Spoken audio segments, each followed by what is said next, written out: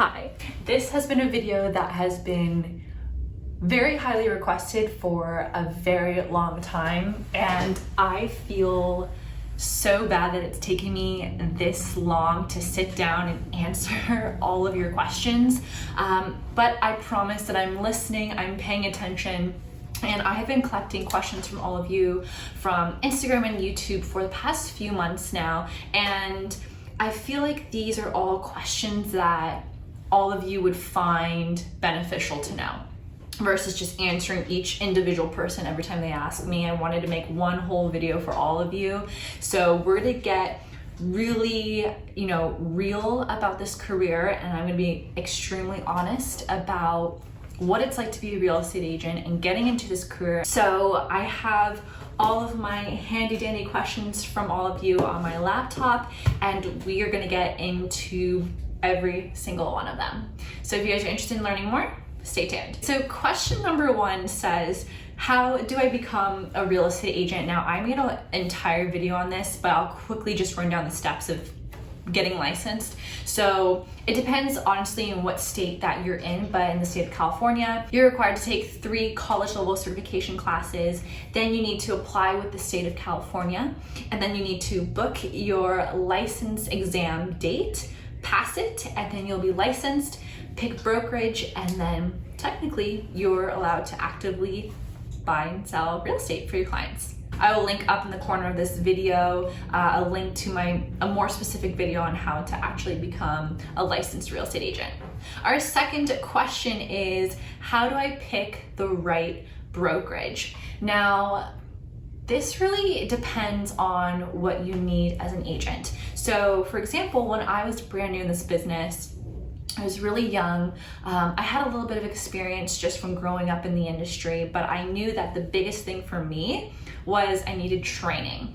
So I looked at all of the top major brokerages in my city, so in Los Angeles. I wanted to make sure that I picked a brokerage that was extremely reputable and well known. So a lot of those brokerages that I considered were Sotheby's, Compass, Coldwell Banker, and there's a few others in there but they're a little more specific. So those are the main ones that I looked at.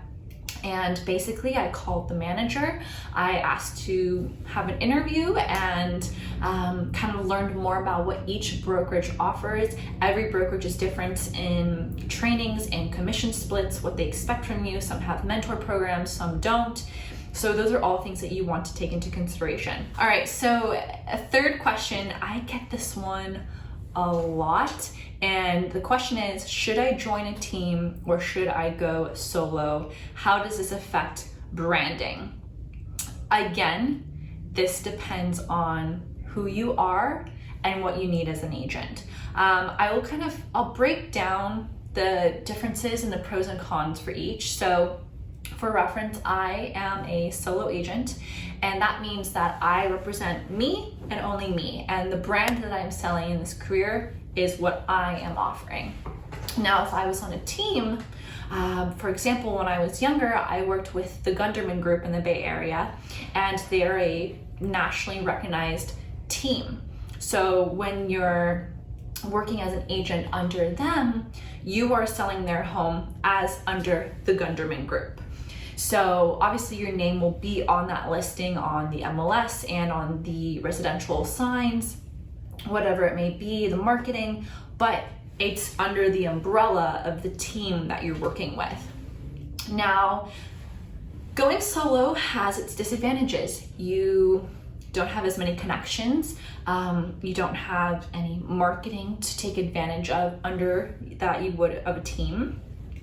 And you're on your own. You're kind of, especially when you're brand new in this business, you're kind of a deer under headlights, kind of like, okay, where do I go next? What do I do next? Who do I call next? Versus when you're under a team, you have someone who's usually the lead of that group that's telling you what to do, when to do it, making sure you're hitting your numbers in order to stay in production with that team. You also have the sales of the team that you can use to market yourself, which I would say is the biggest advantage that you could take advantage of. So for example, if that team did just say $20 million in sales in X year, you can market that as saying that you and the team, you did $20 million in sales.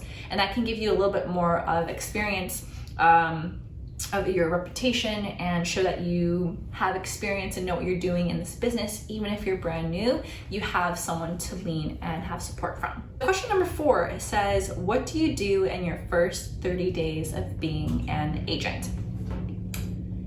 Your first 30 days are going to be extremely chaotic because you're starting a business. You are establishing your brand, and you need to shift the world's perspective that you are no longer you. I was no longer Chloe.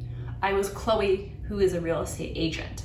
And I needed to make sure that everybody that I knew that I was in real estate. So you are rebranding yourself. So in the first 30 days, what I did personally is I built my website, I built my social media platforms, I started posting and advertising and marketing myself as a real estate agent. I contacted everyone in my database and in my sphere and made sure everyone knew, again, I was a real estate agent. Because what they say is basically you don't want to be a secret agent. If you're a secret agent, nobody knows you exist, nobody will do business with you. So I started creating all of these platforms that represented me as an agent. I sent out newsletters announcing that as well. And I started working on getting new leads and prospects and clients, especially since I was young and in a city that I wasn't originally born in. I didn't have a network out here. So I started doing a lot of networking and trying to build my database here so I could get more clients to do business with. All right, next question, I've lost count at this point, is what resources do you recommend to pass the exam? I will always recommend My Prep Agent. He's also a fellow YouTuber on here as well, but he is amazing, and he's the only reason why I passed my exam the first time when I did. The reality is the certification courses and the exam, first of all, everything you learn in the certification courses aren't really tested on the exam. The exam is very particular in wording and questions. And on top of that, in the actual real estate career, everything you learn in the certification courses are almost non-applicable. It's a little stupid in my opinion. But My Prep Agent, he has a YouTube channel where he does a lot of practice exams, and sign up for his course. That is what you should do. The questions are on point, very much so that when I was taking the exam, wording was almost exactly the same, just the context had been switched out for another situation that they were asking on. So definitely sign up for him. I'll link his information down below. Shout out to him. I've never spoken to him, but he's amazing and definitely will help you pass your exam if you're in California. Next question is, can I pursue real estate if I don't come from money? Yes. Yes. Is it going to be harder? Yes. I would say that's where I kind of started out. I mean, I moved to Los Angeles. I was living on my savings, and I didn't have a family support system where they're funneling in money for me to be supported, all of that stuff. So do you need money to start? Yes. But do you need to come from money? No. Obviously, if you come from a well-off family, that family typically has a lot of connections with wealthier people, and those kind of connections are what help new agents get started off sooner and might help you find a deal quicker. That being said, if you don't come from money, that should not be a discouragement whatsoever. This is a hard business within itself, and if anything, it will make you work harder, and it will feel more rewarding to know that when you close a deal, it's because you went out and got that deal and it wasn't funneled to you.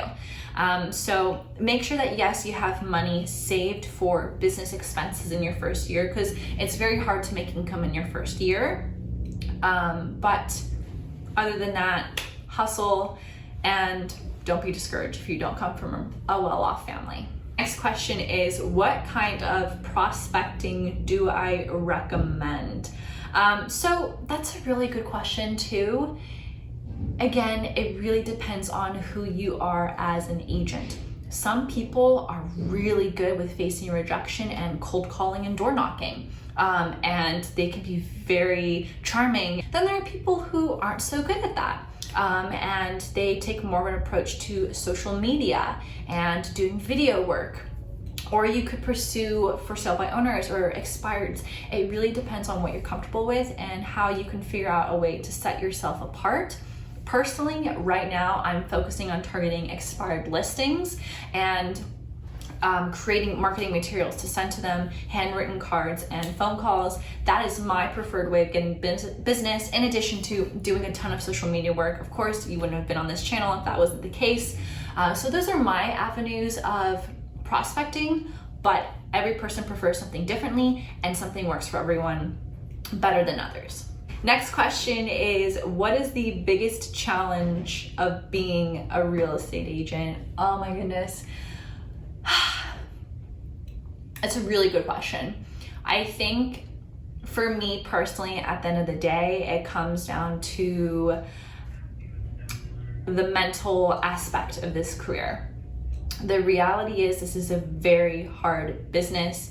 It's very hard to make money. It's very hard to close a transaction. It's very hard to convert people into sales. You face a lot of rejection. You spend a lot of money when you're first starting out. And sometimes it can take years before you start seeing a return on all of your hard work and investments. And so I would say the biggest challenge is to just stay mentally positive, to not let that beat you down, and for you to continue going on.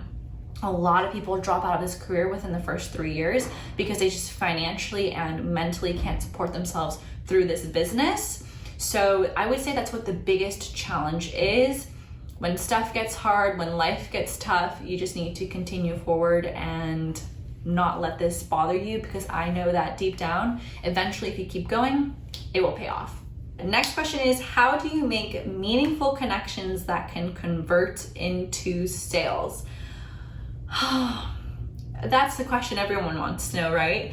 At the end of the day, I see things this way. Don't be salesy. Do not be salesy. People don't want to work with someone that is just trying to sell them on something 24/7. Be honest, be real, be genuine, be yourself, and people will gravitate to that. Second thing is to consistently follow up, even if it's for years. A lot of agents, it's typical for an agent to follow up once or twice. Third time if they're lucky. Typically, it's the 8th or 10th or 12th time that you follow up that you'll actually start to see something come from that conversation or that connection with that human being. So that's another thing to keep in mind. Next question is, working with a mentor or team beneficial in the luxury market?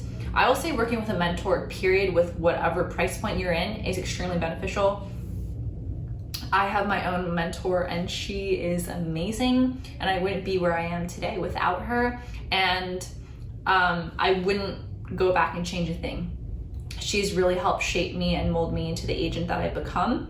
So that is something that I would definitely recommend, is to find a mentor, someone that can guide you through this career, because yes, there's a sales aspect, but this business, there's also the technical side and the contracts, and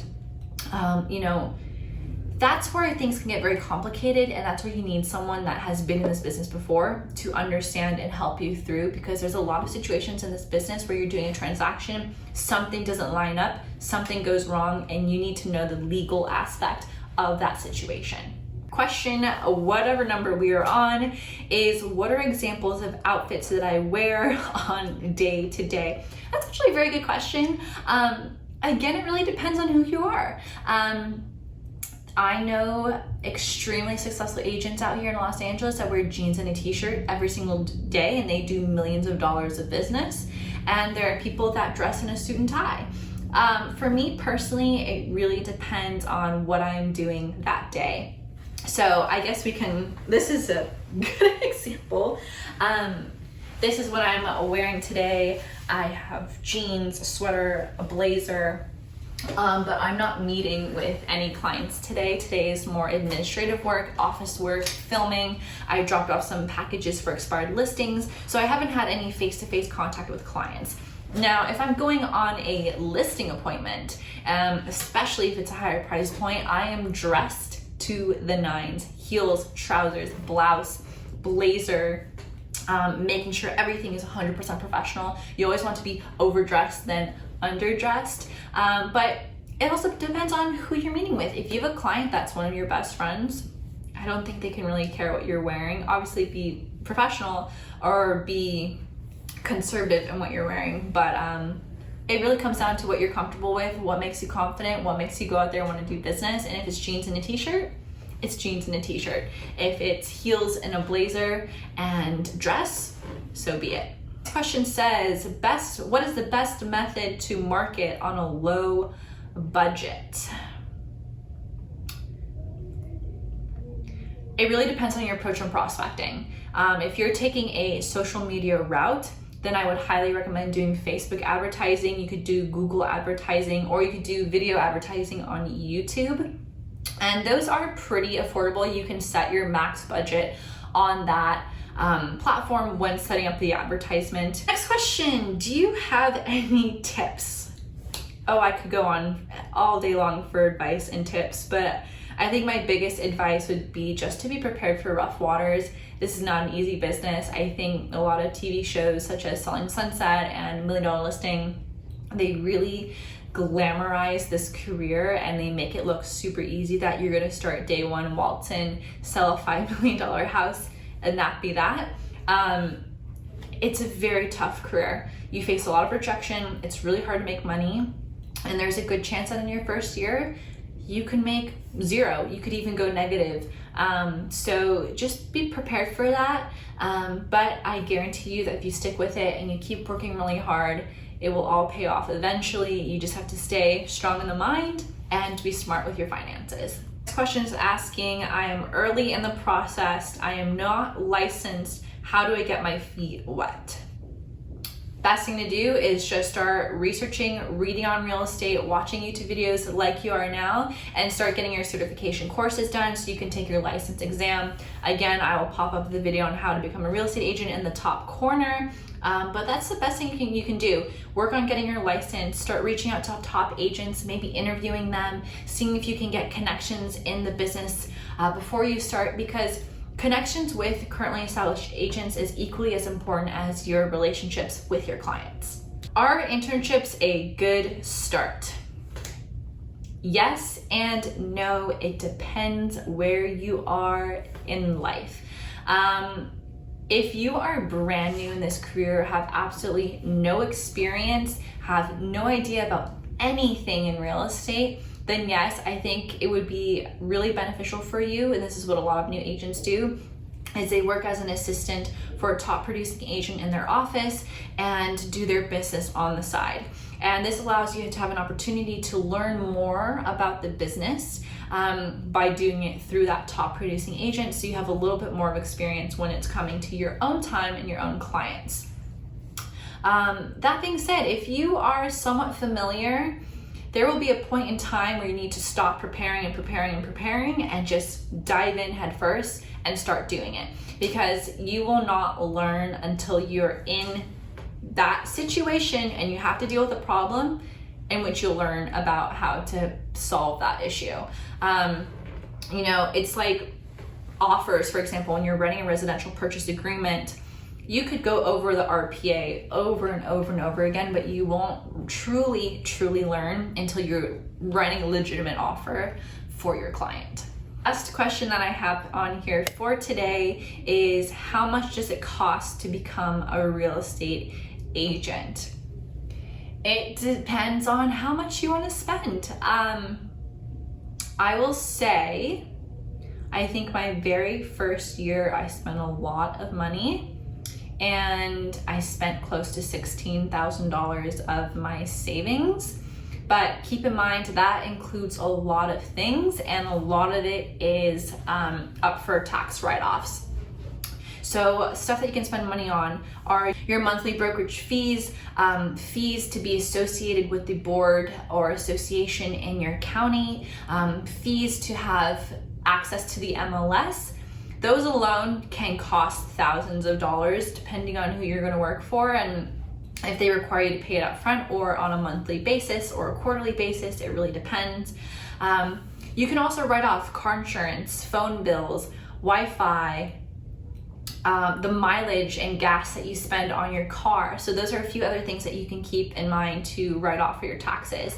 The other stuff comes down to marketing and how you choose to market. You could do print advertising, farming, postcards, social media, what cold calling. It really depends on how you're going to approach starting your business.